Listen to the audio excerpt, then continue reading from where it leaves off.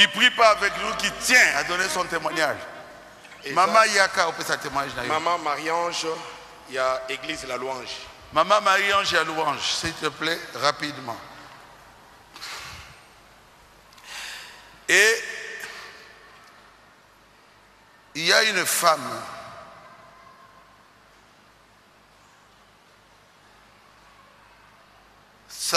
Chantal Mbomba.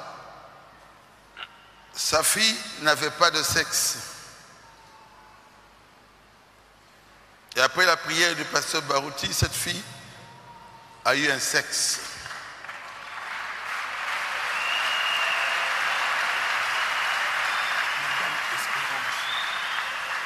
Hein?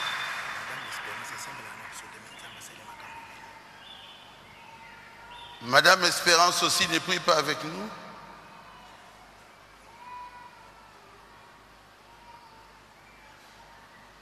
Madame Espérance, qui m'a suivi à la RTVA. Yé alandaki ngai na RTVA. Dieu l'a beaucoup béni. Dieu a béni aussi ses enfants à partir des prédications et des prières du pasteur Barouti. Si elle est là, elle peut aussi monter. Zamba pamboli bana na ye, peli bota na bango, kouta na mateya azai kolanda na RTVA. Nama bondeli azai kolanda na RTVA. Marie-Ange, elle est là. Suivez la prédication que j'ai prêchée à la campagne de Kisangani. Et pendant la prière des malades, elle posa la main sur la télévision. Oh, la RTV a fait un grand travail. Et sur son ventre, elle qui n'accouchait pas, quelques jours après,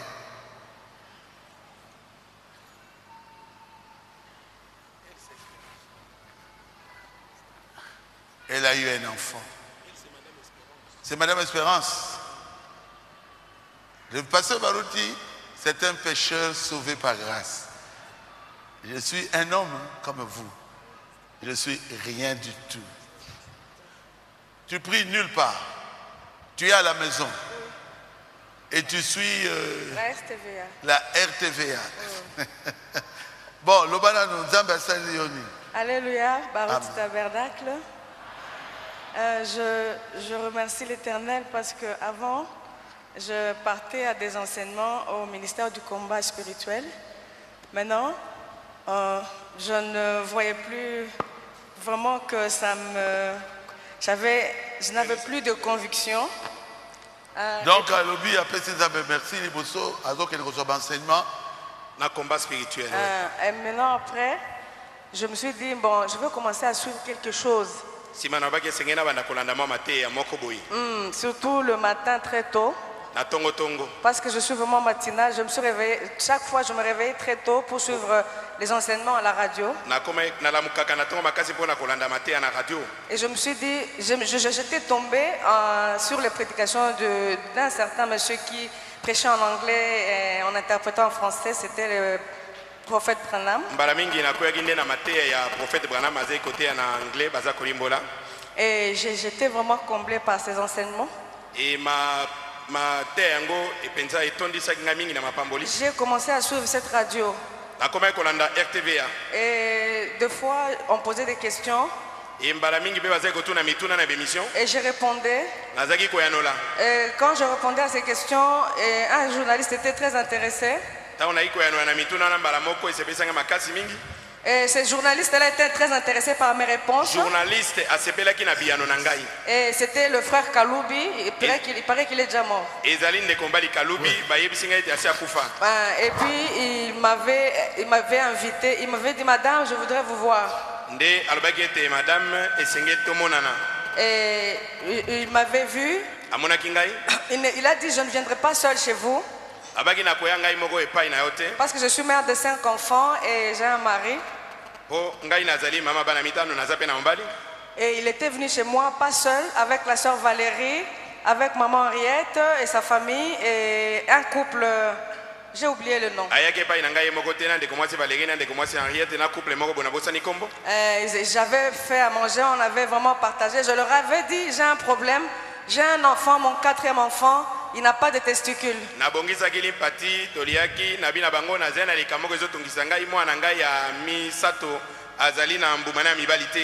Et on doit l'opérer dans une semaine. Et ils m'ont dit non, si c'est comme ça, allez voir le pasteur Barouti. Et j'étais très impressionné quand on m'avait donné l'adresse à la cité Maman Mobutu, j'étais parti. Arrivé chez le pasteur Barouti, son épouse m'avait découragé. Maman, pas opérer Kakate. Moi je me suis dit non maman, on ne va pas opérer mon enfant.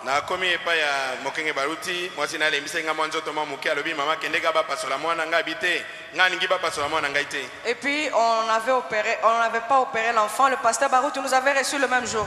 Il nous avait demandé des questions et puis il avait demandé à mon fils de se mettre à genoux. Mon fils était agenouillé. Le pasteur a prononcé seulement une parole. Et puis il a arrêté de parler. Il m'a demandé à 2 hommes qui étaient là-bas, il a demandé, vous avez écouté des oiseaux qui chantaient tout autour ici?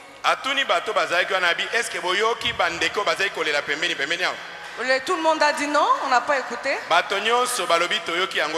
Et après, il a dit, je ne prie plus, madame. Et on était rentrés.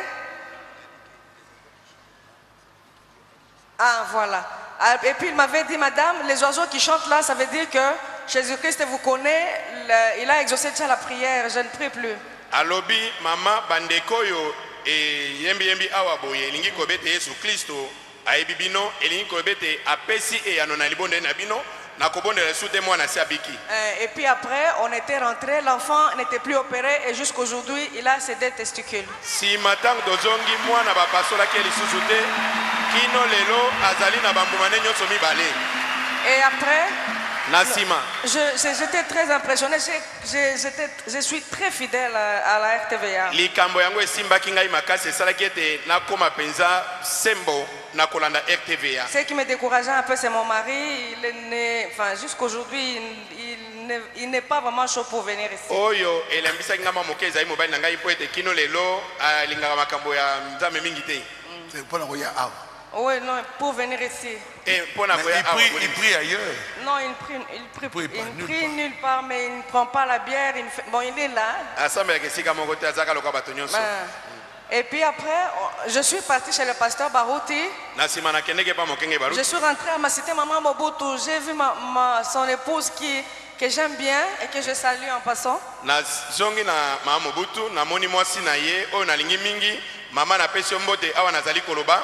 Et puis j'ai dit maman, je suis venu rendre grâce à Dieu. Je veux voir votre mari. Et puis maman m'a dit non. Non, avant cela, j'avais vu le diacre dehors. Il y avait un bureau qui était en face de leur parcelle. Le diacre Moshendo.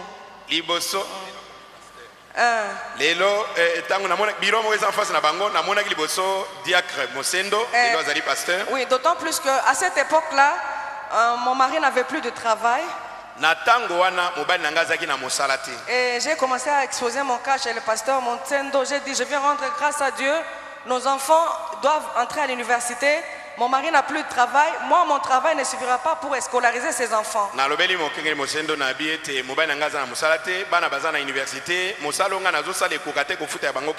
Et le diacre Mosendo m'avait dit, madame, à genoux, je veux prier. Et il avait prié pour moi.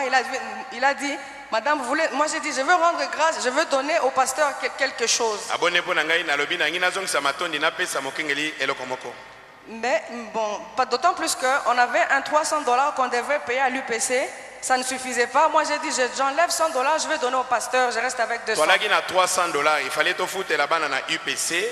Et quand tu as noté, quand tu as 100 $, n'a pas pasteur. J'ai donné au pasteur les 100 $, je suis rentré chez moi. N'a pas 100 $ et pas pasteur. Mais avant de rentrer chez moi, j'ai oublié, le pasteur avait prié. J'avais exposé mon problème au pasteur, il a prié pour moi et pour mes enfants qui étaient scolarisés difficilement et pour mon mari. Liboso n'a pas 100 $, wana pasteur abondelaki pona ngai pe na bilika mbaba na ngai oyo pona kofuta kelesi na bango ki pasi pe na bilika mosala mobile na ngai. Après, na sima 2 mois après, les enfants étaient rentrés à la maison, ils m'ont dit, maman, les Américains qui construisent l'UPC, ils ont appelé le recteur de l'UPC, ils lui ont dit, il y a quelqu'un qui nous prend en charge là-bas, nous tous, nous 3. Tant on a zongi na ndako, si mana sanza mi balé, bana bae babi na ngai te mama recteur ya IPC abengi biso abiete ba américain, oyo ba zali bakolo IEC wana o ba soutenaka yango. Babengi balobi ete mutu moko kuna na États-Unis à prendre biso en charge tokofuta lisusu ata un likuta te. Amen. Et j'avais beaucoup glorifié le Seigneur pour ça parce que j'étais resté très fidèle aux enseignements du pasteur Barout à la RTVA et aux enseignements du révérend prophète William Branham. Na kumisa kinza makasi mpo ete na tikalaki penza na bosemo na kona na matea mokenge Baruti pe ya mosakoli William Branham. Et après cela, mes enfants, au moment où je vous parle, le premier termine son doctorat à l'UPC, le deuxième termine sa licence en droit.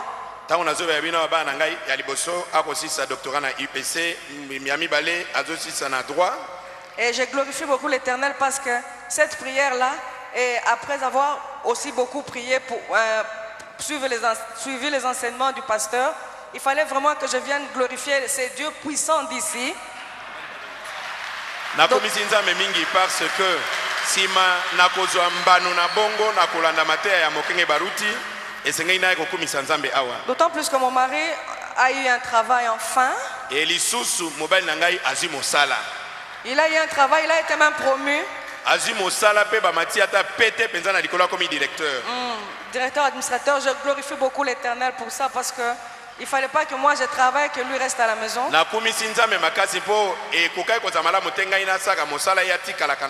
D'après les enseignements du prophète Branham, que je suis avec beaucoup d'intérêt. Et je glorifie beaucoup l'Éternel pour ça. Au moment où je vous parle, il y a 2 mois, j'ai une grande soeur qui habite aux États-Unis. Elle me dira que la Banque mondiale est en train de recruter une femme pour s'occuper des femmes dans le secteur minier. Alobi Banque mondiale elingi kozomasi mona mosala po asokipaka na basi na ngambo etali makambo na mabanga motuya. Alors on m'a recruté, j'ai signé le contrat avec la Banque mondiale, je remercie beaucoup l'Éternel. Nde bazunga na mosala na signé contrat na Banque mondiale, nazali kokumisa nzambe mingi. Je glorifie beaucoup le Seigneur. Na pesi nkembo na nkolo. Je ne prie pas avec vous. Je ne prie pas avec vous ici, mais vous avez un Dieu puissant. Vraiment, je vous respecte beaucoup. Je ne suis rien, mais j'aimerais que quelqu'un puisse évangéliser mon mari pour que nous puissions venir ensemble. Vraiment, je remercie beaucoup l'Éternel, le pasteur Barouti, que Dieu vous bénisse. Ah bon. Merci beaucoup. Merci beaucoup, pasteur. Mais vous êtes déjà une sœur? Mais votre place est là. Merci beaucoup, pasteur. Alors, saluez aussi votre mari de ma part. Merci, pasteur. Merci, merci. Acclamez très fort.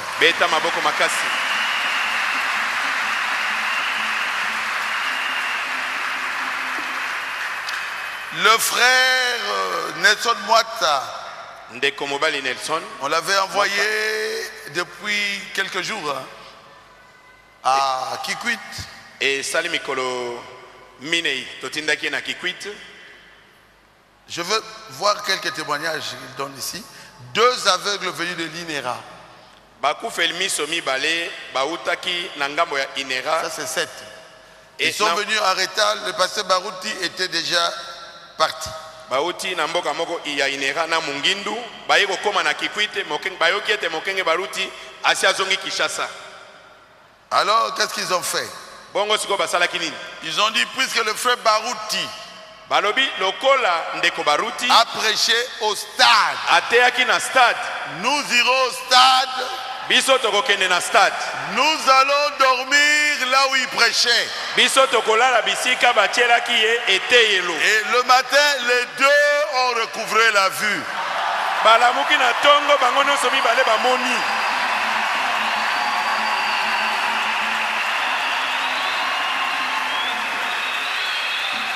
Donc ils ont passé la nuit à la chair. Balalaki na bisika batiaki eteyelo. Je pense qu'ils ne dormaient pas, donc ils touchaient la chair comme ça. Les deux. Parce que Barouti priait ici. Et les aveugles ont vu. Nous sommes là. Nous voulons aussi voir. Les deux ont vu.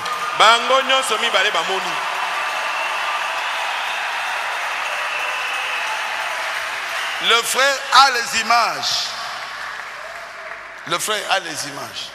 Ndeko azupe bililingi. Et il y avait un enfant né sans testicules. C'est quel numéro là? Mwana moko ya mobali abotami 6. Azaki na mbuma ya mibalite. Et après la campagne, sima na campagne, le testicule a été créé. Nzambe asaleli testicule. Et il est en bonne santé aujourd'hui. Azali na bonne santé lelo. On s'arrête seulement là. Numéro 1. Fanny Pambou guérie de myome. Fanny Pambou abiksami na myome na matrice. Et matrice bouchée. Matrice nezaki akokangama. Pendant 13 ans. Et salimbula zomi na misato. Après dernier jour de la campagne, simana mokola suka campagne, elle a senti une forte chaleur au bas du ventre. Ayoki moto makasi na se alibumu. Elle est tombée akwei dans le grand marché. Elaki na zando monene. Et une boule est sortie de son sexe. Pembu mamoko ebimi na nzoto. Et elle est guérie complètement. Mpe abiksami na mobimba. Elle est en parfaite santé. Azali na nzoto kolongonu. Et une femme était complètement folle qui s'appelle Dorcas. Elle est aujourd'hui complètement guérie.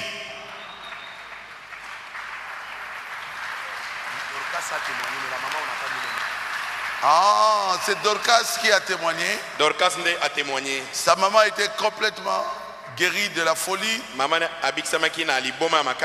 qui a duré plusieurs années. Ok. Bon, les postates, les béquilles. Il y a un papa qui a jeté les béquilles.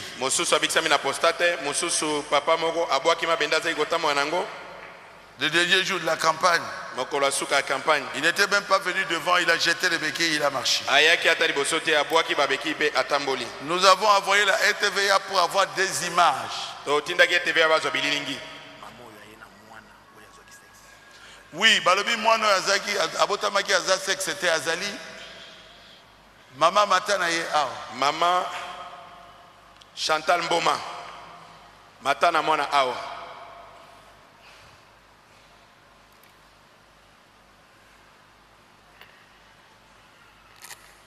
Donc votre Dieu agit encore. Pas seulement avec moi, avec vous tous.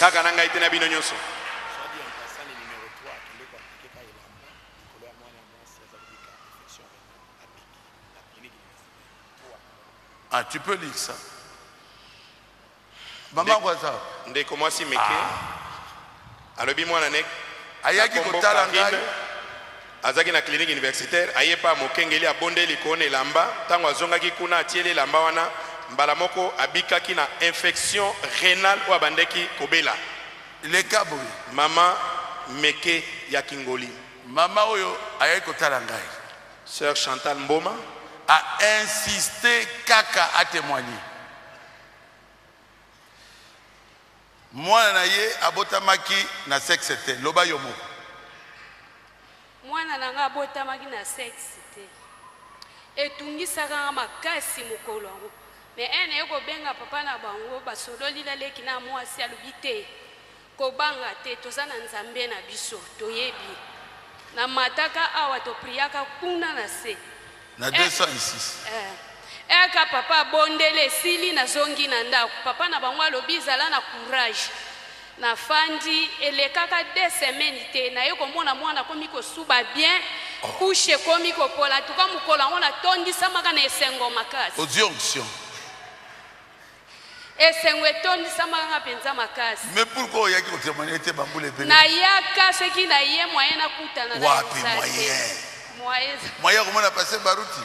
C'est quoi yo sepelité ou sepelité? Na sepeli makasi ko mona eloko nzamba saleli nga na nzela pa. Mwana aza normal. Aza normal. Allez, pesa kambota. Acclamez le Seigneur. Bete lankolo maboko. Levez-vous s'il vous plaît. Bote les mains. Je ferai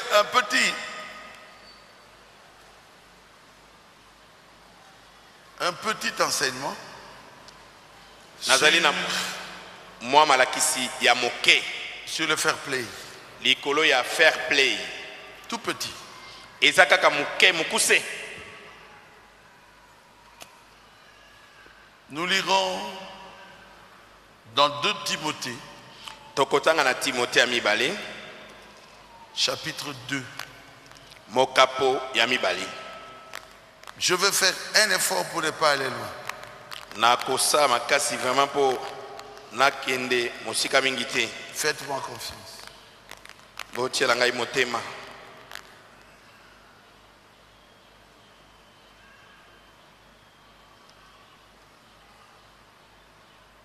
Depuis le verset 3. 2 Timothée. Timothée mibale. Chapitre 2. Nzela mibale. Mokapo mibale. Depuis le verset 3. Kobanda nzela misatu. Souffre avec moi. Nyokome longo na ngai. Souffre avec moi. Qu'est-ce que tu as traduit? Ok, c'est juste. Souffre avec moi comme un bon soldat de Jésus-Christ. Nyokoma elongo na ngai lokola soda malamu na Yesu Kristo.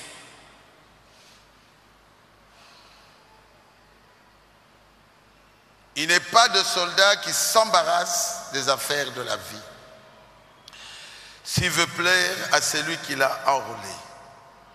Soda oyo azali kobunda. Akoki kobulunga na kati na makambo na bomoi. Te soki alingi kosepelisa moto oyo azue na mosala. Et l'athlète n'est pas couronné s'il n'a pas combattu suivant les règles. Soko motonani akopota mbango na komekana. Akojwa motolete bobele soko atosi mibeko. Prions le Seigneur. Tobonde na nkolo. Dieu notre Père céleste. Nzambe tata mbiso na likolo. Nous te remercions Jésus. Totondi o Yesu. Pour cette église. Pona ecclesia oyo. L'assemblée chrétienne de Rigini. Assemblée chrétienne à Rigini. Sois avec nous, Seigneur. Zale longo na biso nkolo. Et parle-nous. Pe lobela biso. Nous nous remettons entre tes mains. Tomitiki na maboko na yo. Enseigne-nous. Lakisa biso. Au nom de Jésus-Christ. Na kombo na Yesu Kristo. Amen. Amen. Veuillez vous asseoir. Bokoki kovanda. Je voudrais prêcher sur le fair play. Nalingi kote alikolo na fair play. Je suis allé voir dans un dictionnaire. Nakende kota na mokanda moko andimbola maloba. D'abord, c'est Dieu qui veut que je prêche aujourd'hui sur le fair play. Liboso nanu oyeba ete nzambe nda sepeli nate alelo liko na fair play. J'étais avec le frère Anselme, il est là. Nalagi na de Anselme, est-ce que ozali? Ah, lève-toi. Telema. Frère Anselme, après avoir causé avec moi hier, de Anselme tango asolo nanga lobeleki, il m'a dit, mais demain, quand tu reviendras, est-ce que tu ne peux pas prêcher sur le fair play? C'est vrai? abinanga tango ko zonga na mobembo, est-ce que côté liko na fair play te? Je lui ai dit non, je prêche déjà demain sur le fair play. Na yebisi ete na zote ya ngolobi. C'est la vérité. Ezali ya solo. Et le policier qui est avec moi, Congo, policier oyo asala kanangai, Congo, Anissé, m'a dit, Pasteur Barouti, est-ce que tu ne peux pas prêcher fair play? abaki nanga mokenge Barouti, est-ce que koyo côté ya fair play te? 2. Batomi balé. J'ai dit, oh, moi-même dans mon cœur, Nabi mengai moko na motema na ngai. je sentais que je dois prêcher sur fair play. Nalaki koyo kete sengena te ya liko na fair play. Donc je suis dans la volonté parfaite de Dieu. Elingi kobete na zali na mokano oye bongi be ya Nzambe. Comme je suis en train de prêcher aujourd'hui sur fair play. Ndenge lelo na zote ya fair play. J'ai regardé dans le dictionnaire. Natalaki na mokanda na ndimbo na maloba. Voici la définition. Ndimbola na yango yangoy. C'est la pratique du sport dans le respect des règles. Ezali esaleli ya lisano na kotosaka mibeko. Même les boxeurs, Ata ba boxeur. quand ils doivent se battre, Tango esengeli babunda. on leur dit ce qu'ils ne doivent pas faire. Balakisaka bango oyo bango basengeli kosala te. Pas de coups bas ici. Kokenda kobeta likofi na sali bumute. Et beaucoup d'autres choses. Mpe batalisaka bango bisika ebele. Et ce n'est pas ton ennemi, Bakolobanete azali monguna na yote. c'est ton adversaire. Azali moninga no ya lisano. Il faut respecter les règles de ce jeu-là. Esengeli otosa mibeko ya lisano yango. Les règles de ce sport. Mibeko ya lisano oyo bozosala. Avant que vous puissiez monter sur le ring, on vous dit ça. Liboso bomata na ring bakolobela bino yango. Attention, Bokeba. il ne faut pas lui crever les yeux. Kotobola emi sote. Il ne faut pas faire ça. Kosala Il ne boyete. faut pas faire ça. Kobeta boyete. Vous allez vous battre réellement, mais faites cela selon les règles. Boko welana kasi bosala yango na kotosa mibeko. Même si vous gagnez, Ata soki o gagné. mais vous l'avez fait en dehors des règles, vous ne serez pas couronné. Soki na kosala na kosaka na bosakani yo obuki mibeko bakopesa o motolete. Qu'est-ce que c'est que le fair play? Fair play elingi kolobanini. C'est le jeu franc jeu. Ezali kosala lisano na botosi ya mibeko. Comportement élégant dans une lutte. Ezali kotalisa bolamu atatango bozali kowelana. Vous lui donnez un coup, Opesie ebotu il tombe, akwei. l'arbitre vient, Arbitre aye. il faut arrêter. Esengeli otelema. Votre adversaire est tombé. Moto bozali kowelana ne akwei. Il ne faut pas continuer. Non. Okoki kokoba kopesa bibotu te. Vous devez respecter l'arbitre. Esengeli otosa mobeti piololo. C'est ça le fair play. Fair play ezali bongo. Un comportement élégant dans une lutte. Ezali moko ya kotalisa bolamu kati na bowelani. Un comportement qui manifeste de la loyauté. Ezali moko oyo ezali kotalisa botosi mibeko. Qu'est-ce que c'est que la loyauté? Loyauté elingi koloba nini? C'est quelqu'un qui obéit à la loi. Ezali moto oyo azali kotosa na mobeko. Quelqu'un qui obéit à l'honneur. Ezali moto oyo azali kotosa lokumu. Sans user des coups interdits. Kozangete abeta bibotu oyo bapekisi. Il veut gagner. Posa ezali alo. Ça, tout ça c'est le dictionnaire. Nyonso wana ezali na mokanda na ndimbo na maloba. Mais il est loyal. Kasi na kati na nyonso azotosa mibeko.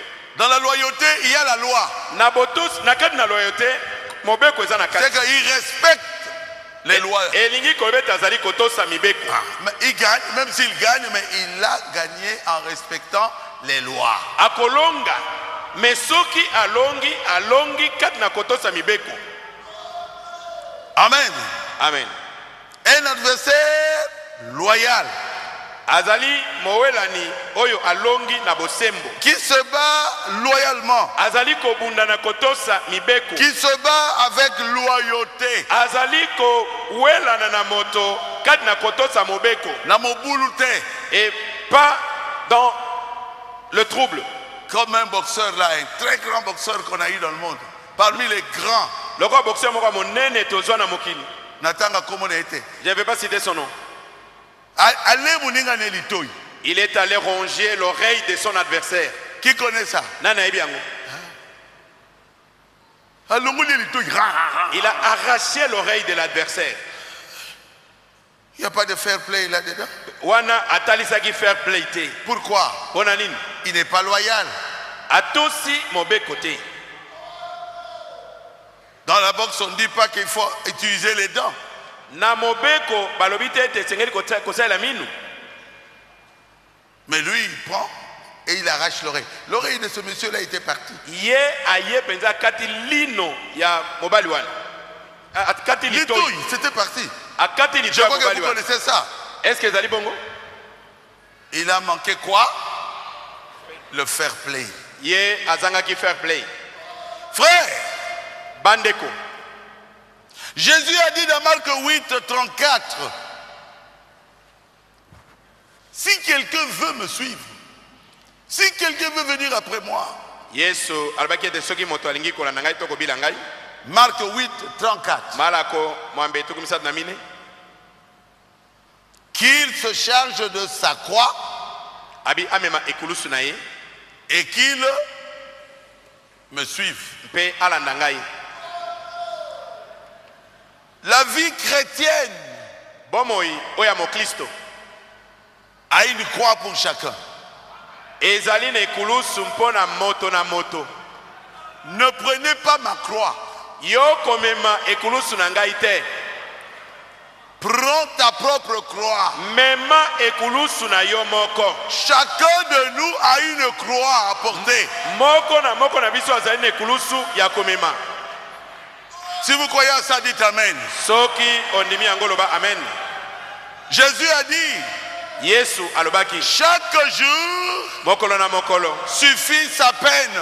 ekoki na mpasi na yango. Dans ce monde où nous sommes, Na mokili oyo tozali ce n'est pas le monde du bonheur. ezali mokili ya bomengo te. Le monde du bonheur viendra Mokili oyo ya bomengo ekoya où il n'y aura pas de peine. kuna pasi ekozala te. Mais ici, Kasi awa il n'y a aucun endroit où Dieu a dit vous n'aurez pas de peine. ezali na esika moko te nzambe alobi ete pasi ekozanga kokomela bino. Jésus a dit chaque jour suffit sa peine. Yesu alobi ete moko na mokolo ekoki na mpasi na yango. Votre croix, Ekulusu na yo peut-être que vous n'avez pas d'enfant. mbala mosusu oboti te. C'est votre croix. Ezali ekulusu na yo Portez cela. mema yango. Votre croix, Ekulusu na yo c'est peut-être que vous n'avez pas de mari. mbala mosusu ozwi mobali te. C'est votre croix. Ezali ekulusu na yo Portez cela. mema yango. Votre croix, Ekulusu na yo Dieu vous a donné une mauvaise femme. nzambe apesi yo mwasi mabe. Portez cette croix-là Mema ekulusu wana tout en respectant les règles. e na yango ozali kotosa mibeko. Ne la tapez pas. Kobetaka ye te. Priez pour elle. Bondelaka mpo na ye. C'est votre croix. Azali ekulusu na yo. Votre croix. Ekulusu na yo Dieu vous a donné un mauvais mari. nzambe apesi yo mobali mabe.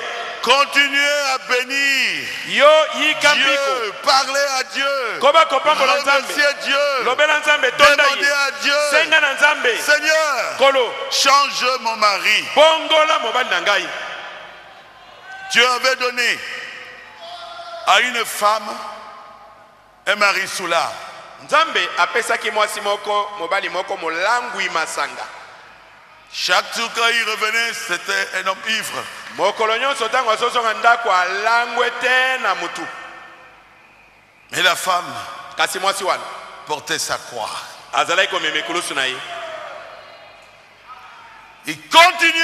Elle continuait à adorer Dieu. En portant sa croix. Mais un jour, Dieu voulait enlever cette croix. Cet homme est venu avec ses deux amis Soulard.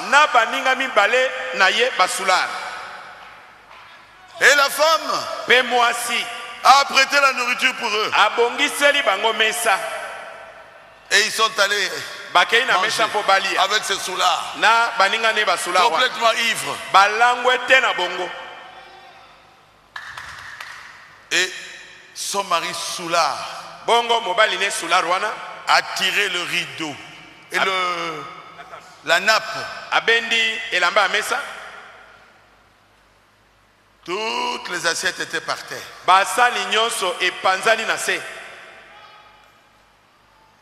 Et il a dit, ça ne goûte pas bien. Qu'est-ce que tu as préparé? Allez, il a marché dessus. Qui de vous accepterait une telle chose?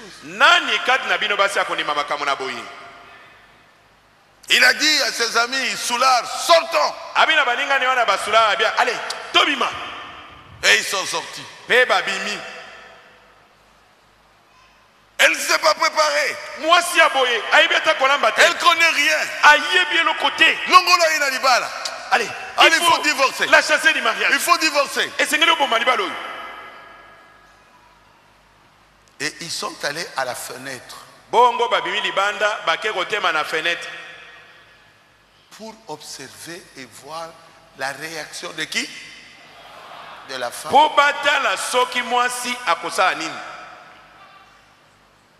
Et la femme a dit, chérie, chérie. Il dit, ah, chérie, a pas mal.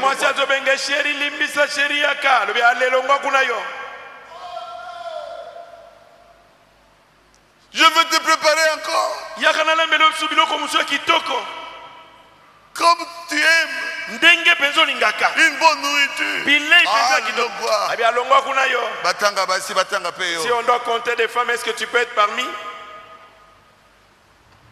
Et l'homme et ses amis étaient où? À la fenêtre, à genoux.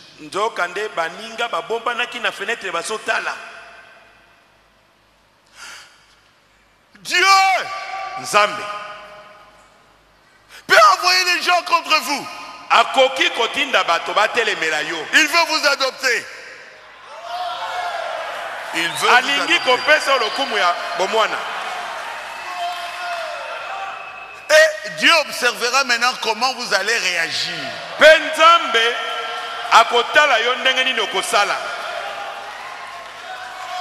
Il peut mettre votre mari contre vous.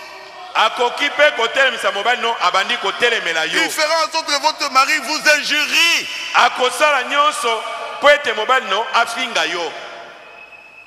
Combattez selon les règles. Ne perdez pas l'amour. N'oubliez pas que c'est votre croix. Quand je parle ici, chacun voit sa croix. Est-ce que c'est la vérité? Ah oui.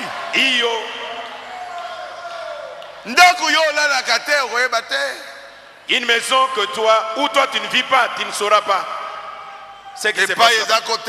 Tu ne sauras pas par où l'eau de pluie entre. Nous avons tous un problème quelque part. Nous tous, nous avons une écharde quelque part sur notre peau qui le fait souffrir.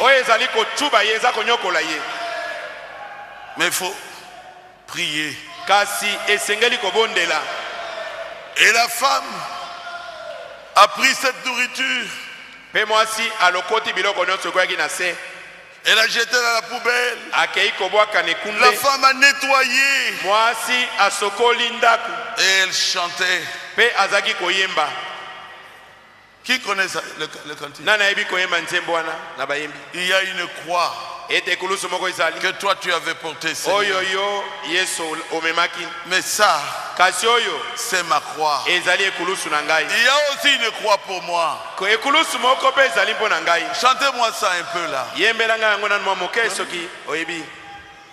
Il y a une croix pour toi, mon frère. Tu veux suivre Jésus? Prends ta propre croix en respectant les règles. Ainsi j'aimerais cette vieille croix jusqu'à ce que je dépose mes armes. Je veux m'attacher à la vieille croix et l'échanger avec une couronne. Ainsi j'aimerais cette vieille croix jusqu'à ce que je dépose mes armes. Je veux m'attacher à la vieille croix et l'échanger avec une couronne. Vous voulez une couronne? Portez votre croix. Un jour ça va s'arrêter. Je sais comment il va enlever cette difficulté. Mais chacun doit porter sa croix. Si vous avez compris, dites Amen. Et nous devons combattre selon les règles. Oh Jésus, tu es merveilleux. On vous outragera. On vous persécutera à cause de moi. On dira des choses qui sont fausses. Est-ce que c'est vrai? Ça c'est dans Matthieu. Chapitre 5. Verset 9. Heureux ceux qui procurent la paix, car ils seront appelés fils de Dieu. Heureux ceux qui sont persécutés pour la justice, car le royaume des cieux est à eux. Heureux serez-vous lorsqu'on vous outragera, qu'on vous persécutera et qu'on dira faussement de vous toutes sortes de mal à cause de moi. Réjouissez-vous, soyez dans l'allégresse, parce que votre récompense sera grande dans les cieux. Car c'est ainsi qu'on a persécuté les prophètes qui ont été avant vous. Je suis serviteur de Dieu. Si on a persécuté les prophètes, si on a persécuté Jésus, je dois accepter les persécutions qui m'arrivent. C'est normal. Et je dois porter ma croix en respectant les règles. Si vous avez compris, dites Amen. Je n'ai rien fait, mais on me parle contre moi. Qu'est-ce que je dois faire? Normalement, quand je fais quelque chose de mauvais, ils vont parler contre moi. C'est un ordre. Je n'ai rien fait, mais ils parlent contre moi. C'est une croix que je dois porter. Pourquoi? Parce que tout ce qu'ils ont fait aux prophètes, parce qu'ils étaient des prophètes de Dieu, et ce qu'ils ont fait avec Jésus, le placer nu à la croix, c'est parce qu'il était serviteur de Dieu. Ce qu'ils ont fait aux apôtres, ils ont tué Pierre, crucifié la tête en bas, ils ont décapité Paul, et ils ont tué Étienne, lapidé comme un chien. Mais qui suis-je? Rien du tout. Moi, qui suis-je? Je dois porter ma croix. Vous prierez pour moi que je porte ma croix avec joie. Parce qu'il est écrit, quand vous voyez ces choses, qu'on le fait à cause de moi, réjouissez-vous, soyez dans l'allégresse. Oh, mais c'est contraire. Quand quelqu'un t'injurie, on te dit réjouissez-vous et soyez dans l'allégresse.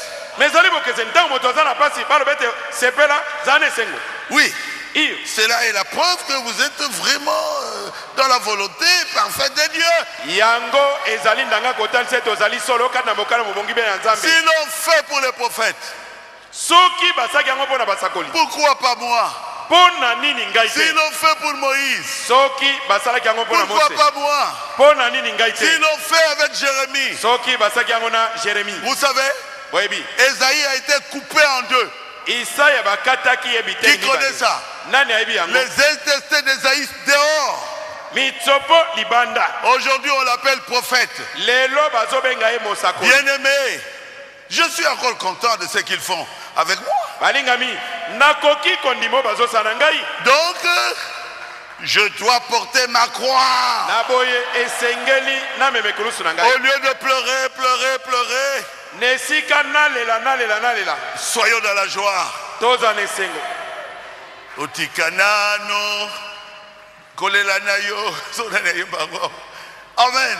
Laissez ça. Parlez de Dieu, parlez de ce qu'il fait avec toi. Va de l'avant.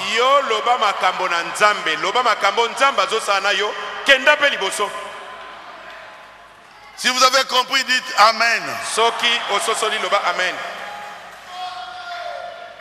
Je suis clair? Est-ce que Naza Polele? Barouti Tabernacle. Ils étaient avec nous. Ils sont sortis du milieu de nous. Parce qu'ils n'étaient pas des nôtres. Toute l'année passée, on a baptisé plus ou moins combien? L'année passée, 500 et quelques. Et depuis qu'ils sont partis, nous sommes à plus de 1000 baptisés.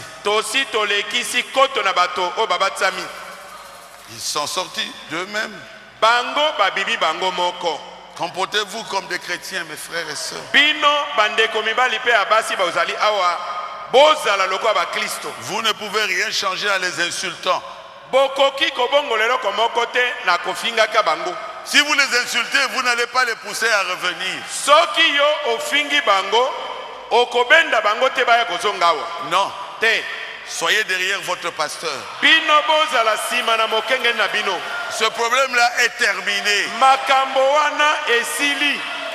Barouti Tabernacle.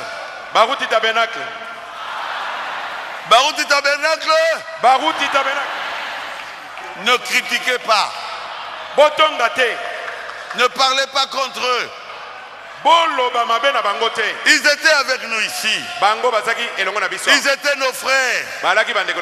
Considérez-les toujours comme nos frères. Parlez même en bien d'eux. C'est tout. C'est ça qui les poussera à revenir. Et des fois on dit des choses qui ne sont pas vraies. Ah, ils ont fait ceci. Ils ont fait ceci. Arrêtons avec ça. Parlons de ce que Dieu fait avec nous ici.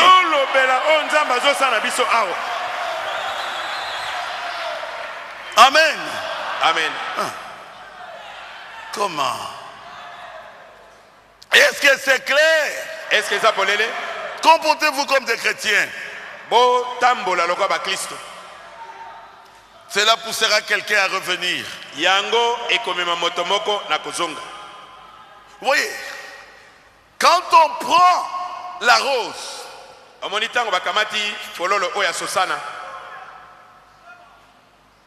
et on presse la rose, la rose ne pleure pas. Fleur rose et les lacatées. Quand la rose est bien pressée, Soki okamati fleur rose au fini ango malam. La rose dégage une odeur qui fait que nous puissions encore l'aimer. Et bimisaka solomoko oyo ekosalete tolinga ango lisusu koleka. Quelqu'un peut dire amen? Est-ce que motomoko le amen? Si vous voulez gagner quelqu'un, soki olingi kolonga moto, il faut l'aimer. Esengeli olingaye. L'amour, bolingo, c'est plus fort que la haine. Eleki koinana makasi. Le jour moi est plus fort que la nuit. Eleki butuna makasi. Si toi aussi Dieu devient la nuit, alors vous êtes la même chose. Soki eboza kosala butu kosala bozaka ndenge moko. Ils sont en train d'injurier votre pasteur. Vous aussi, vous injuriez leur pasteur. Vous êtes la même chose.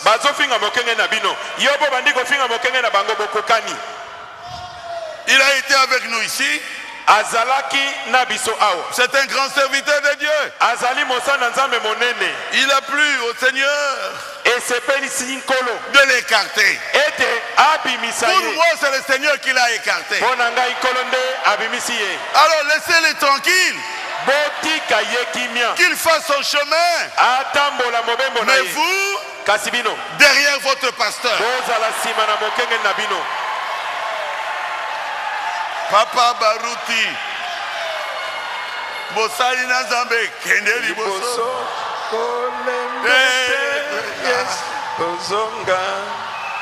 Alléluia. Alléluia. Kembona Yesu. Olembete. Yesu akozonga. Tika batonga batonga na bango. Nazambe likolo na bango. Olembete. Yesu akozonga. Ne regardez plus ça.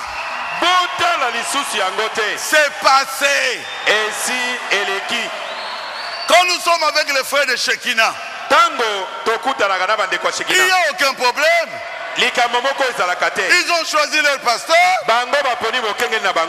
Nous acceptons que ça soit la même chose aussi. Le vent est déjà passé.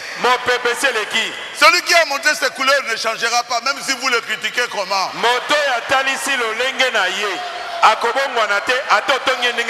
Vous devez lui montrer votre nature.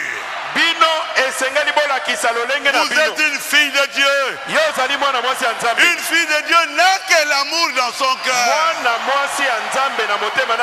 Vous êtes un fils de Dieu. Un fils de Dieu ne peut que aimer.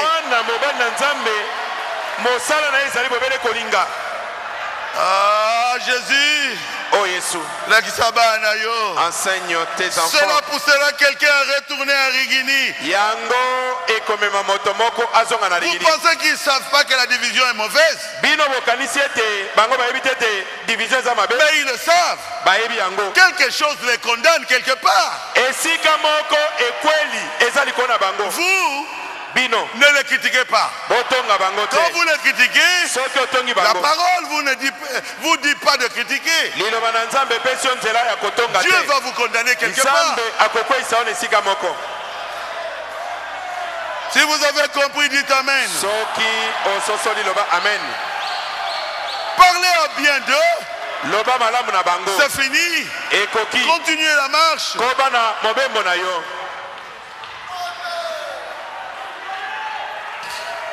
Ils savent bango bayebi que le message condamne la division. ete sango na ntango ezali kokweyisa division Ils le savent. bayebi yango. Frère Branham parle de cela, il dit c'est la lèpre. Ndeko bana malobi na ntina yango biete eza maladi Et na vous mbala n'entrez pas au ciel. mpe bokokota lola te. Ce n'est pas votre problème. matali bino te Pour vous, mpo na bino vous voulez bolingi qu'eux aussi rentrent au ciel un jour. ete bango mpe mokolo moko bakota lola. Oui. iyo Si on devrait me demander moi, à moi, soki esengeli batuna ngai Frère Baruch, tu veux qu'ils puissent entrer au ciel, je dirais yes mon Dieu. ndeko baruti olingi bakota lola nakoloba iyo nkolo na ngai. Mais qu'il n'y ait pas de critique au ciel. kasi matongi ekota lola te. La division, division que ça n'entre pas au ciel. ekota na lola te. L'inimitié, qu'ils puissent laisser ça ici. koinana batika yango awa. Je parle sur le fair play. nazali kosola likolo na fair play. Respectez les règles de jeu. tosa mibeko ya lisano. Amen. amen. Ce ne sont pas vos ennemis. bazali banguna na bino te. Ce sont vos adversaires.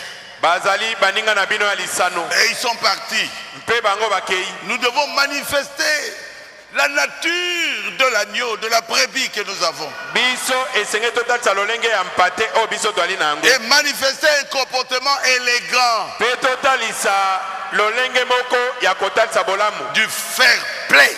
ya fair play. C'est un comportement d'un chrétien. ezaleli moko ya mokristo. Non pas un comportement de triomphalisme. ezaleli moko te ya kolakisa ete biso tolongi. Et de mépris de ces gens-là. mpe ezaleli ya kotiola bato wana te. Non, ce sont nos frères et sœurs. te bandeko bali mpe basi. Nous sommes derrière Baruti.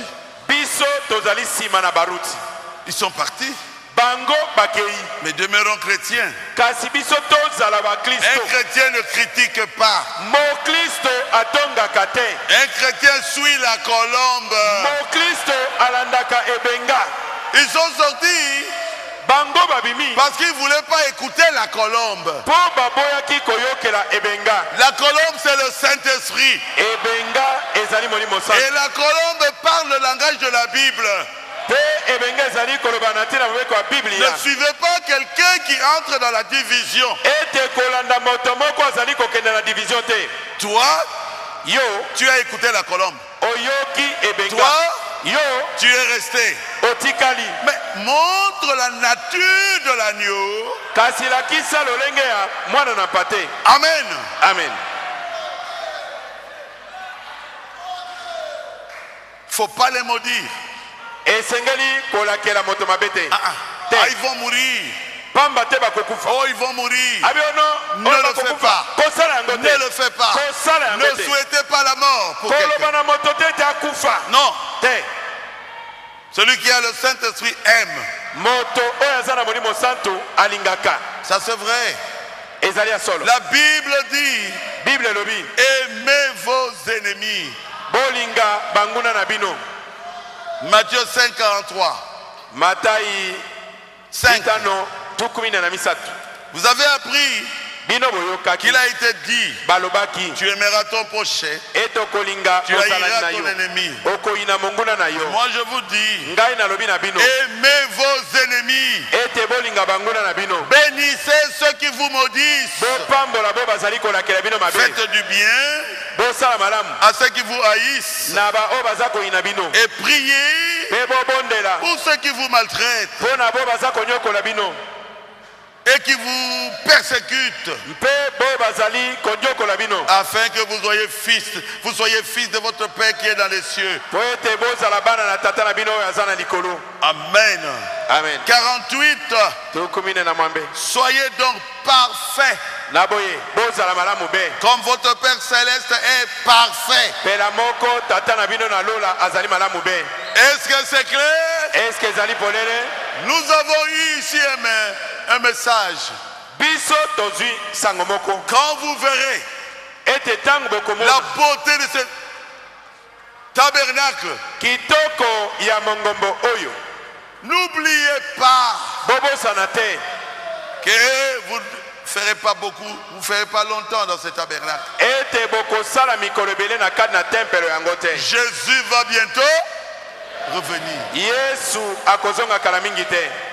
Et celui qui est en train de diviser l'église aujourd'hui, il va vous distraire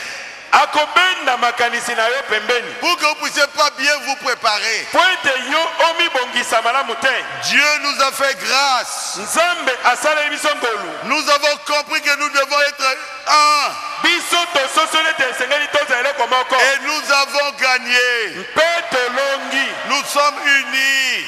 Nous sommes des frères. Attention. N'ayez pas la haine dans votre cœur. Je dois vous dire la vérité. Aimez même vos ennemis. Faites du bien à ceux qui vous font du tort. Priez pour ceux qui vous persécutent. Soyez parfaits. Comme votre Père Céleste est parfait. Donc quelqu'un est capable d'aimer son ennemi, mais il a atteint la perfection. Il a atteint la perfection. Parce que qu'est-ce que le diable va faire encore? Vous savez, le diable, qu'est-ce qu'il fait? Il envoie quelqu'un pour vous troubler. Mais si vous n'êtes pas troublé, c'est le diable qui est troublé. Un frère Anselme, quand vous n'êtes pas troublé, le diable vous bouscule. Il vous injurie. Il parle mal de vous. Et vous n'êtes pas troublé. C'est lui qui est troublé.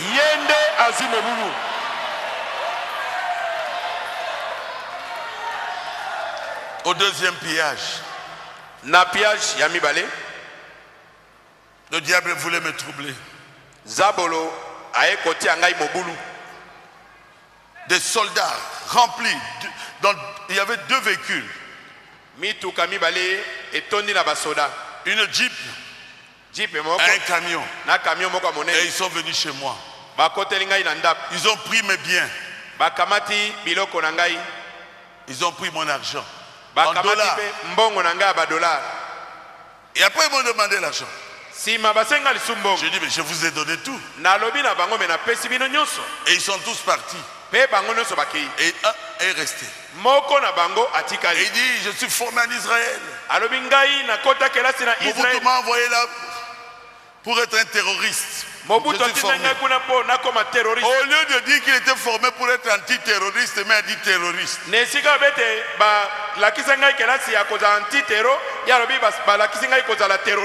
il dandinait comme ça. Avec son fusil. Je veux te tuer. J'ai dit, oh, quel bonheur. Qu'est-ce que tu as dit? Je veux te tuer. J'ai dit, oh, quel bonheur. Fais vite. Il me dit, oh, mais je ne joue pas. J'ai dit, oh, moi je t'avais invité chez moi. Il dit, mets-toi là, je vais te tuer. Je suis allé m'asseoir là où il m'avait dit. Je dis, tue-moi, fais vite. Il dit, mais toi tu penses que je joue? Je viens de tuer un docteur ici à la Cité Verte. J'ai dit, toi. Moi je t'avais invité. Envoie-moi au ciel. Je verrai Abraham. Je verrai Moïse. Je verrai Branham. Il me dit, ne joue pas avec moi. Je dis, j'ai dit, ton arme là s'appelle quoi? Il m'a dit, Thompson. Vous connaissez le fusil Thompson? J'ai une très bonne mémoire, avec un entonnoir devant comme ça. J'ai dit, oh, c'est beau, hein? Il dit, c'est un Kalachnikov français. J'ai dit, oh, c'est très beau.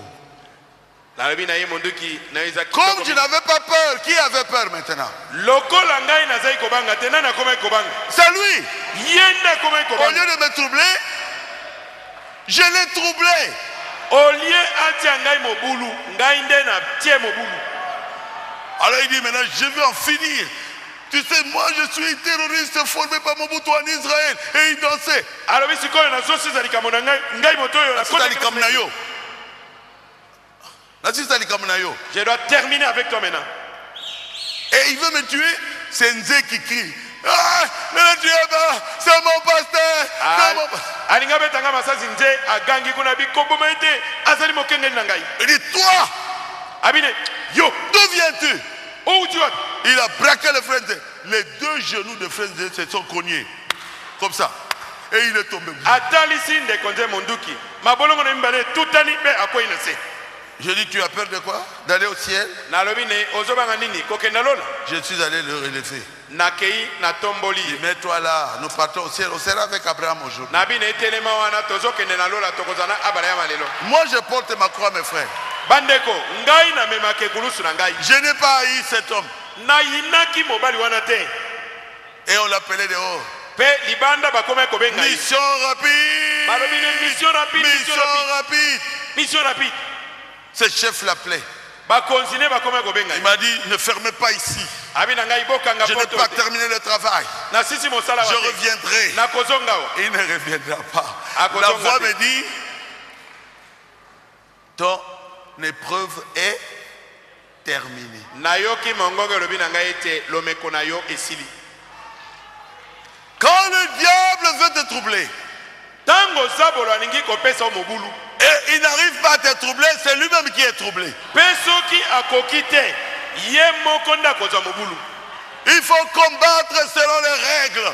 esengeli kobunda kokokana na mibeko. Personne ne peut mourir si ce n'est pas encore le moment pour lui. moto moko te akoki kokufa soki ngonga na ye nano Je ekomi suis te. vivant aujourd'hui. lelo oyo naza na bomoi C'est presque 30 ans maintenant. pene na mibu tuku misato sika oyo Votre Dieu nzambe na yo va vous protéger. akobatela yo. Mais respectez les lois bibliques. kasi tosa mibeko ya bible. Soyez calme. zala kimia Ne critiquez personne. kotonga moto te. Obéissez à votre pasteur. tosa mokengeli na bino. Suivez votre guide. bolanda mokambi na bino. Vous avez choisi un chemin. bino boponi nzela moko. Par conséquent, mpo na yango portez les conséquences. mema Supportez mokumba les na yo conséquences. yika mpiko On na parlera mikumba na yo. contre vous. bakoloba mabe na yo. Baza kotombola moto. ils sont en train d'élever un homme. Funeka baza kotombola moto. Ils sont en train de glorifier un homme. Et vous ne critiquez pas. yo kotonga te. Dis-leur, loba na bango la Bible dit, bible elobi celui qui reçoit oyo azali koyamba un serviteur de Dieu, mosali na en nzambe qualité de serviteur de na Dieu, makoki ya mosali na nzambe recevra une récompense. akozwa lifuti. Tous savent que frère Baruti est serviteur de Dieu. bato nyonso bayebi ete ndeko baruti aza Même mosali les dénominations. ata na bibongiseli Et ceux qui sont sortis, mpe boyo babimi ils savent bayebi que votre pasteur est un serviteur de Dieu. ete mokengeli na bino azali mosali na nzambe. Ne vous battez pas avec eux. bobunda bitumba na bango te. Priez bino pour bobondela que Dieu enlève de votre cœur la haine po ete nzambe alonga na mitema na bango koyina. contre ces gens-là. alonga na mitema na bino Ne koyina les critiquez ya koyina pas. bato wana botonga bango te. Combattez selon les règles. bobunda engebene na mibeko. Et Jésus a déjà gagné. yesu asi alongi. Ce que vous voyez ici, c'est une œuvre de Jésus-Christ. oyo bino bozali komona boye ezali mosala na yesu kristo. Il ne voulait pas qu'il y ait deux têtes dans cette église. asepelaki te mitu eza mibale na losambo oyo. Est-ce que c'est la vérité? eske ezali ya solo? Nous sommes unis. biso tozali Nous na mangeons bomoko. ensemble. tozali kolia esika Nous sommes moko. derrière notre pasteur. tozali nsima na mokenge na biso. Baruti Tabernacle est une église de béni. baruti tabernacle ezali eklezia moko Est-ce epambolami. que c'est la vérité? eske nalobi ya solo? Il y a un frère qui a donné quoi aujourd'hui là? eya ndeko mobali moko apesi Les choses qui sont dans mon bureau. Les papiers toilettes. C'est plein. ndeko mobali moko apesi don ya bapapier hygiénique. Avant, il n'y en avait pas. Liboso ezalaki te. Plein. Etondi kuna. Oh, na sombi pour l'église Arigini. Ça, j'ai acheté pour... Nous sommes bénis. Biso topamwami. Nous sommes bénis. Toza Nous kopambwama. sommes bénis. Tozali kopambwama. Nous sommes bénis. Chaque jour de la vie, nous sommes bénis. Lorsque je me lève le matin, jusqu'au coucher dans la nuit, je suis béni. Je suis béni. Quand je vous vois, je suis béni. Je crois que vous voyez ça sur mon visage. Vous ne voyez même pas ma prédication a changé. Ma façon de prêcher a changé. Pourquoi? Il n'y a pas d'opposition. Il n'y en a pas. Le parti d'opposition est parti. Mais laissez-les tranquilles. Continuez la marche. Continuez à marcher. Allez de l'avant. Ah, Jésus.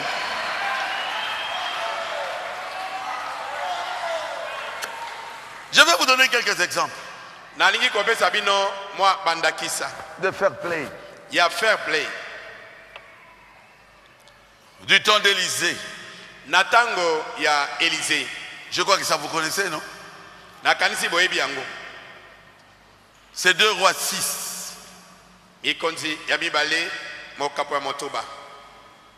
Chaque fois que le roi de Syrie faisait un plan pour attaquer Israël, Israël les contournait. Israël bazalaki kolonga bango baleki bango pembeni et les tuait tous. Pe babomi bango nyos. Il a dit réunion. Le roi de Syrie. Abengi liangani ya bato na ye. Il doit y avoir un traître parmi vous. Abina bango traître moko azana kat na bino. Il doit y avoir un traître parmi vous. Traître moko azana kat na bino. Ils ont dit non. Balobi te mokonzi. Là-bas.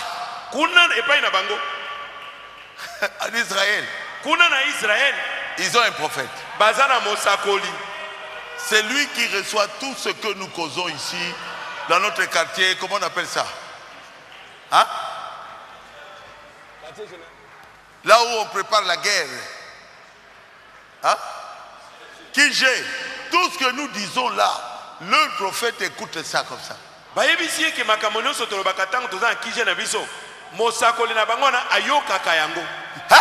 Abi il est un homme. Il dit oui. Azaka mutu babie. Il écoute même votre causerie là avec votre épouse dans la chambre. Alobi, il est capable de l'écouter. Balobi na ye ayoka kata li solo yo beta kana chambre na mosi na yo. Il dit quel genre d'homme? Alobi wana moto ya ndenge nini? Et il a envoyé une grande partie de l'armée pour arrêter Élysée. Bongo atindaki eteni monena mampinga na eba kende kokanga mosakoli Élysée. Et Élysée est sorti pour leur dire. Bongo Élysée abimi pona koyebisa bango. Non non, Élysée n'est pas là. Alobi na bango Élysée azalite. Et il les a aveuglés. Abomi bango miso. Et il les a amenés dans le Kige de Israël. Amemi bango te na bisika Kige ya Israël ezalaki. Et quand ils étaient entourés par l'armée d'Israël, tango siko mapinga na Israël bazingelaki bango, il a ouvert leurs yeux. Afungoli bango miso. Et on les a désarmés. Pe babotoli bango manduki nyonso. Et le roi d'Israël voulait les tuer. Il dit non. Elisa, il y a le droit de l'homme qui dit. Droit de l'homme et lobby. Hein, mon frère Célestin. On ne peut pas tuer quelqu'un qui est désarmé. C'est la loi de la guerre. Hein? Quelqu'un qui n'a pas d'armes. moto azana munduki te na Vous le tuez. yo zoboma ye. Vous l'assassinez. Mais o assassiné ye. Mais qu'est-ce que nous devons faire? Babi bon siko tokosa ndenge nini? Donnez-leur à manger. Elisa lobi bopesa bango biloko ya kolia. Donnez à manger aux ennemis. Topesa biloko ya kolia na banguna na biso.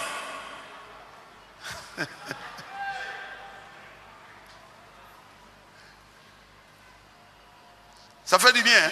Ezosa malamu. 2 Rois 6, 18. Ikonzami bale motoba zomi na mwambe.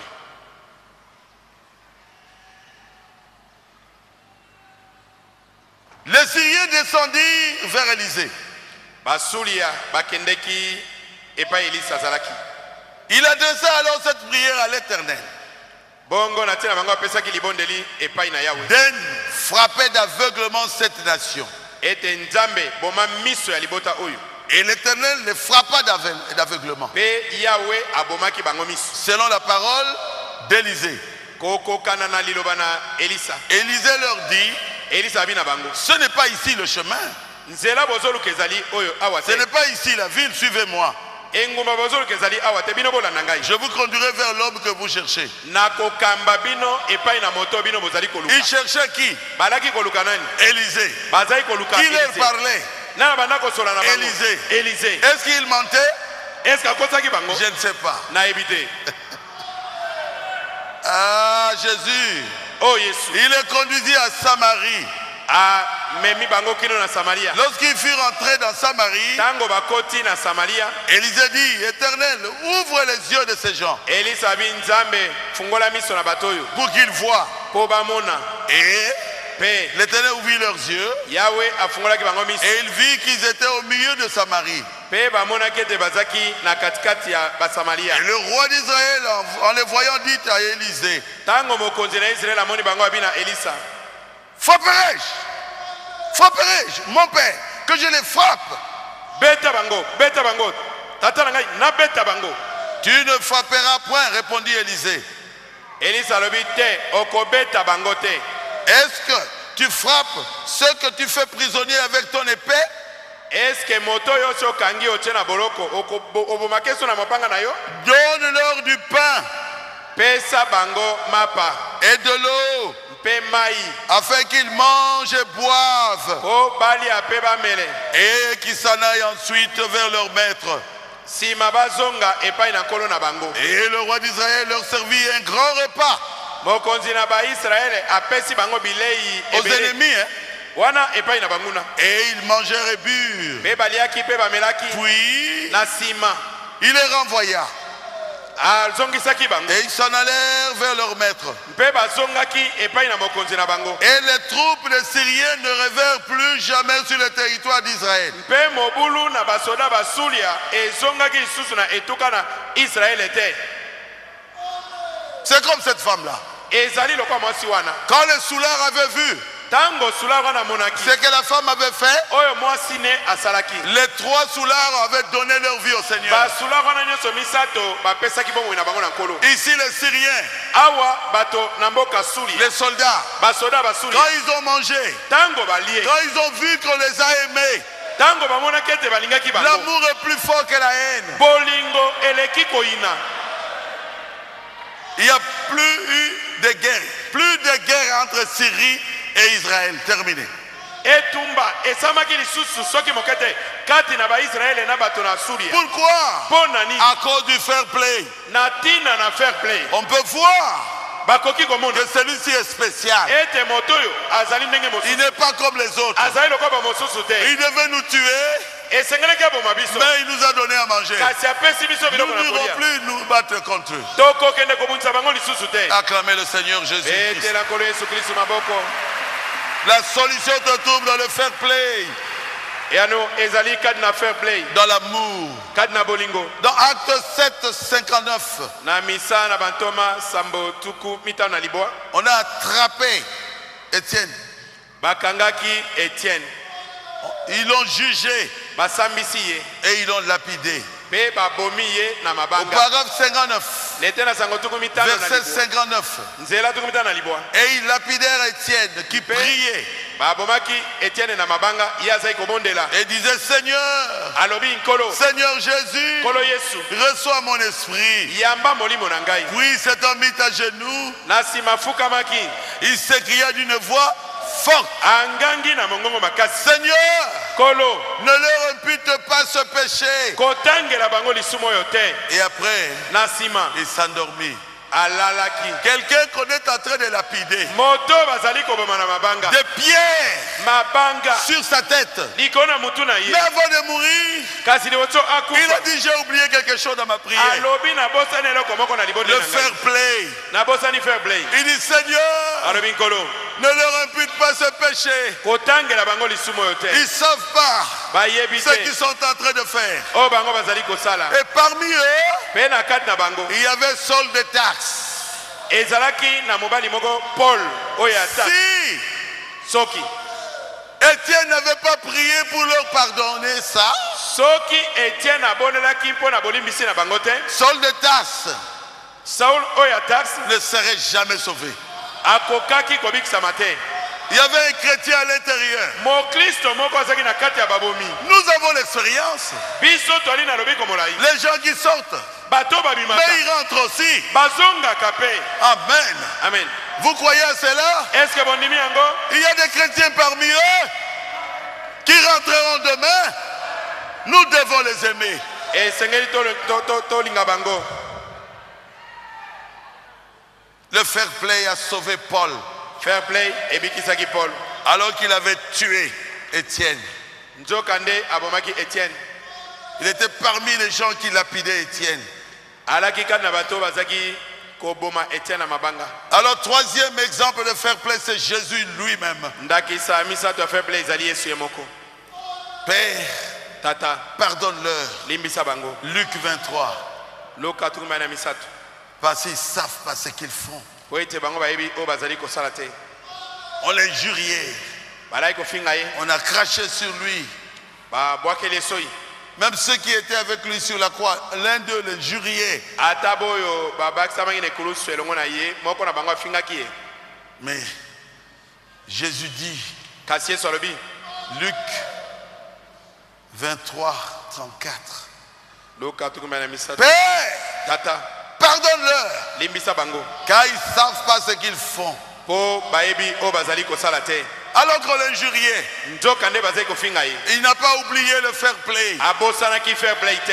Aujourd'hui, Lelo je vous dis, nalobi na bino. soyez gentlemen, Bozala bato ya bolambo. soyez chrétiens, Bozala bakristo. pardonnez, Bolimbisa. même ceux qui sont tentés de vous injurier, Ata bo bazali kofinga bino. pardonnez. Bolimbisa bango. Est-ce que vous avez compris? Est-ce que bososoli? J'ai presque terminé ma prédication. Nakoki kolobete na sisilite ya na ngai. Allons de l'avant. Tokenda liboso. Ce n'est pas encore terminé. Naino esilite. Nous devons nous préparer pour le départ. Esengeli tomi bongisa mpona bokei.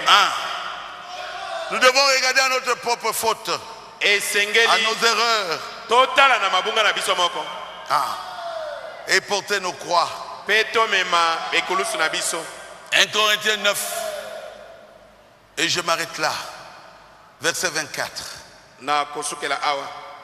Ne savez-vous pas que ceux qui courent dans le stade courent tous, mais qu'un seul remporte le prix?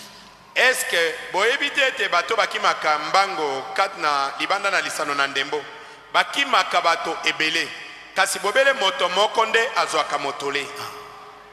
S'ils prennent un raccourci, Soki alobi akata nzela mokuse. même s'ils sont premiers, Ata soki abimi le premier. il ne sera pas couronné.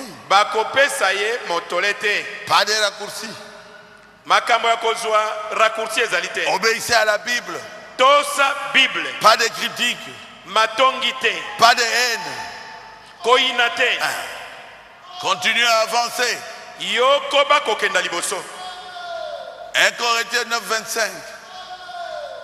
Tous ceux qui combattent s'imposent toute espèce d'abstinence. Bato nyonso oyo babundaka bitumba bambi pekisaka biloko ebele. Ah oui, on doit s'imposer.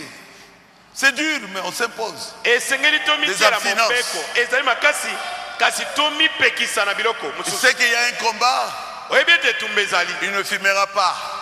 Okomela Il sait qu'il y makasi. a un combat en vue, Ayebi ete etumba ezali liboso na ye. il va laisser les femmes. Akotika basi. Il sait qu'il y a un combat, Ayebi ete etumba il se ezali. prépare pour l'enlèvement, Aza komibongisa mpo na konetola. il met de côté la bière. Akotika masanga Petit pembeni. à quartier. Petit à quartier. Pourquoi? Mpona nini? Ils le font pour obtenir une couronne corruptible. Azali komuna po ete azwa motole moko mozangi libebi. Mais nous faisons-le pour une couronne incorruptible. Bango bazali komuna po na kozwa motole ya libebi. Biso tozali komuna po na kozwa oyo ezangi libebi. La vie éternelle. Bomoi na seko. Moi, Paul, je cours non pas comme à l'aventure. Ngai polo na kopota mbango ya maseki te. Je frappe non pas comme bâton de l'air. Nazali kobeta lokola moto akobeta mopepe te. Mais je traite durement mon corps. Kasi nazali konyokola nzoto na ngai. Et je le tiens assujetti. Pe natieli yango mibeko. De peur d'être moi-même désapprouvé. Na bobangi ete ngai moko naboyama te. Après avoir prêché aux autres. Nsima na koteya bato mosusu. Je dois tout faire Esengeli nasala maso. pour ne pas avoir des racines d'amertume dans mon cœur. Po ete nazala mosisa na bololo na motema na ngai te. J'ai prêché à beaucoup de personnes. Nateya bato ebele. Je ne veux pas perdre cela. Nalingi kobungisa yango te. Un jour, Mokolo dans ezali le chemin, na nzela. quand j'arriverai au bout du chemin, Tango tokokoma na suka na nzela. une couronne m'attend là-bas. Motole moko ezozela ngai kuna. Une couronne t'attend aussi. Motole moko ezozela yo pe. Mais il faut combattre selon les Kasi règles. esengeli obunda na kotosa mibeko. Que Dieu vous bénisse. Nzambe apambola bino.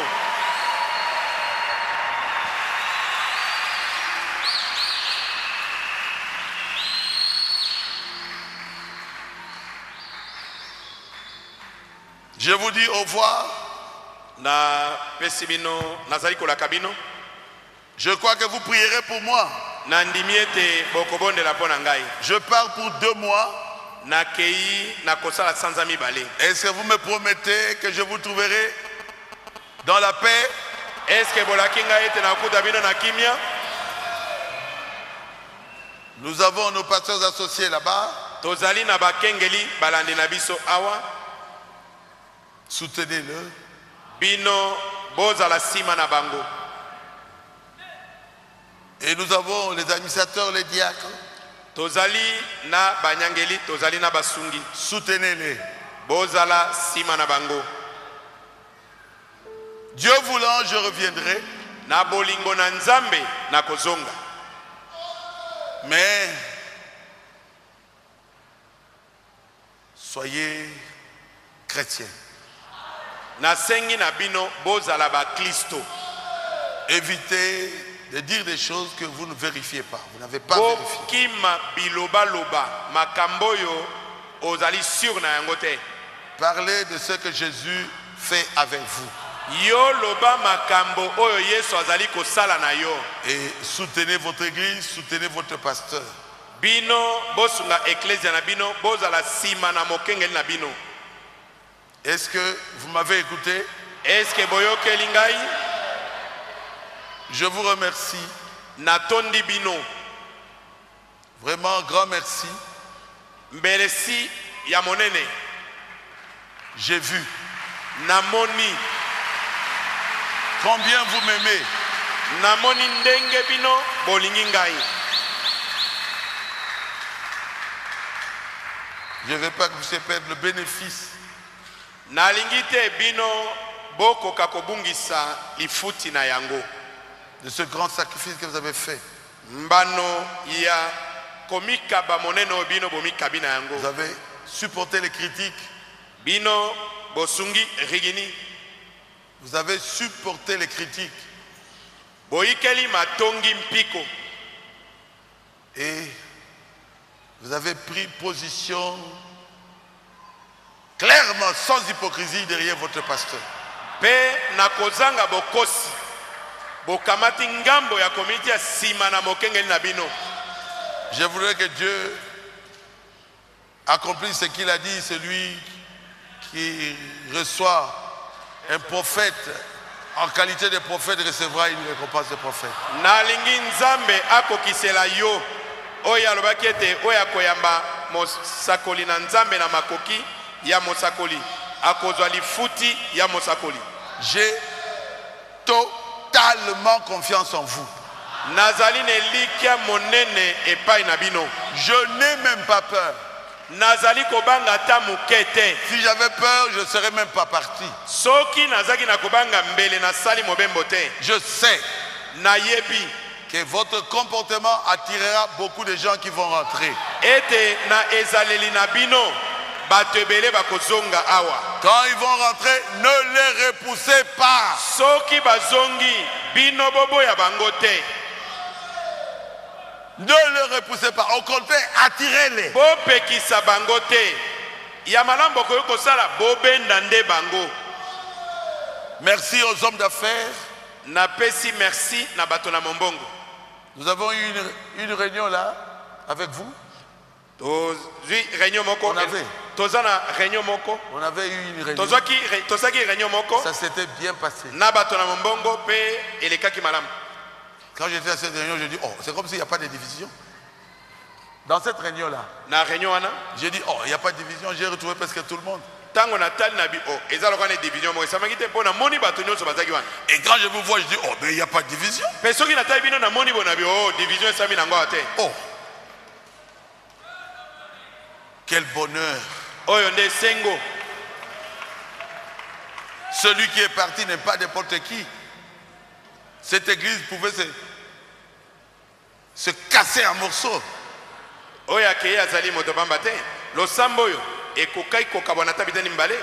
C'est un miracle. Vous m'avez soutenu. C'est un miracle. Je vous aime. Parce que vous m'aimez. Je suis un homme, je peux commettre des erreurs. Nazali moto, nakokosa mabunga. Ne regardez pas mes erreurs. Bino botala mabunga na ngai te. Regardez à la révélation que Dieu vous a donnée de la personne qui vous parle. Tala emoniseli o nzambe apesi na yo. Ah, frère Barouti est bien. Non, non, non. J'ai aussi des erreurs. Je suis un homme comme vous. Ndeko Barouti aza moto malamu te. Nazape na mabunga na ngai po nazali moto lokola yo. C'est Jésus qui n'avait pas d'erreur. Mais ils l'ont critiqué. Ils l'ont appelé Belzéboul. J'accepte qu'on dise n'importe quoi sur moi. J'accepte de porter ma croix. Priez. Parlez à Jésus. Ne m'oubliez pas dans vos prières. Levez-vous, s'il vous plaît. Demandez à Jésus que je vous revienne en parfaite santé.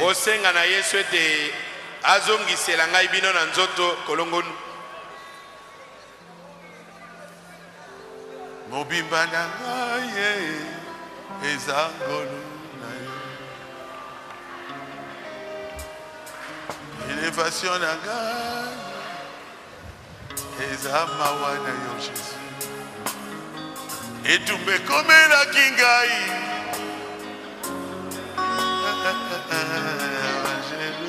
Jésus. Maman Louvi. Priez. Parlez à Jésus. Élévation nangaye. Même vous-même le fait de croire à ce message. C'est la grâce de Dieu.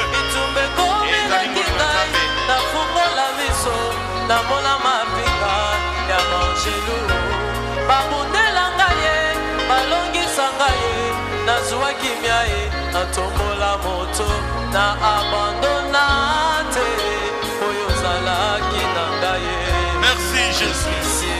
Merci Jésus. Jusqu'ici, tu m'as sauvé. Jusqu'ici, tu m'as sauvé. Jusqu'ici, tu m'as sauvé. Malgré mes fautes, mes faiblesses, jusqu'ici,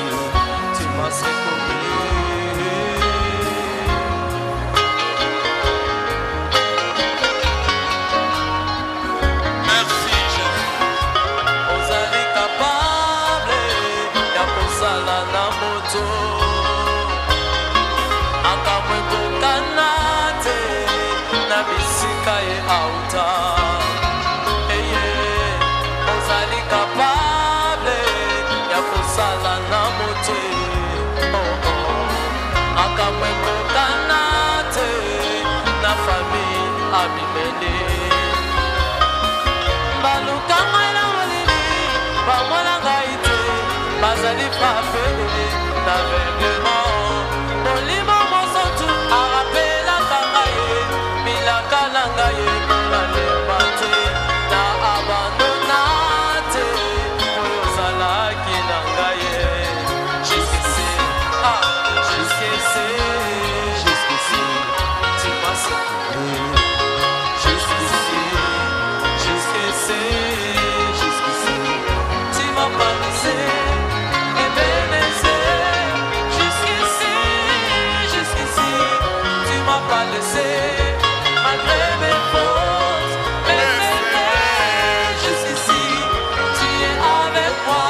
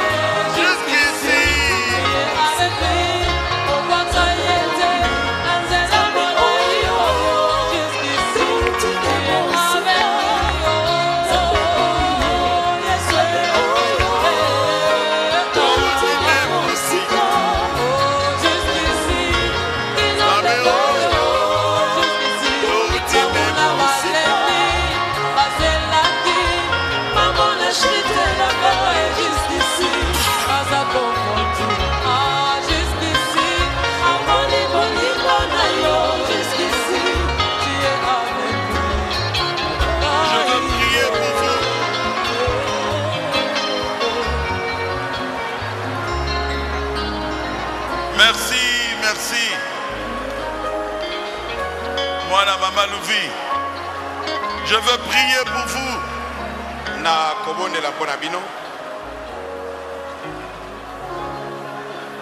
Dieu notre Père céleste,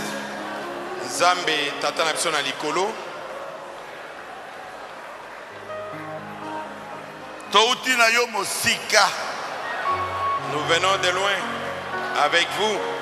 Ne nous abandonne pas. Aide-nous à nous préparer à ta seconde venue. Nous croyons, Seigneur, que bientôt Jésus va revenir. Seigneur, nettoie nos cœurs sokola mitema na biso. Que nos lampes soient nettoyées et claires.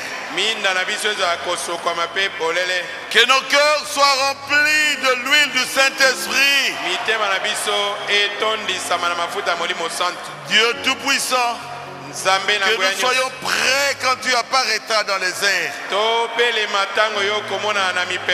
Que cette distraction ne nous empêche pas à nous préparer. Merci Jésus. Nous croyons que c'est toi qui nous as parlé ce matin. C'est toi qui nous as parlé. C'est toi qui nous as enseigné sur le fair play. Accorde-nous d'avoir le fair play.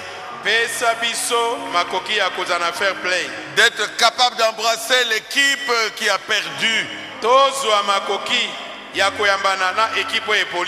Que nous n'ayons pas de problème, Seigneur.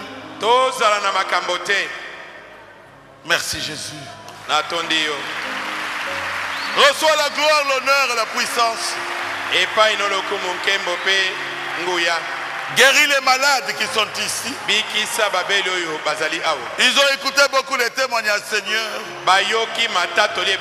Que eux-mêmes deviennent des miraculés. Qui reçoivent de toi un miracle aujourd'hui. Que les maladies qui étaient dans leur corps, au nom de Jésus-Christ, sortent aujourd'hui de leur corps. Seigneur, nous avons besoin du Saint-Esprit. Nous avons besoin de la nature de l'agneau.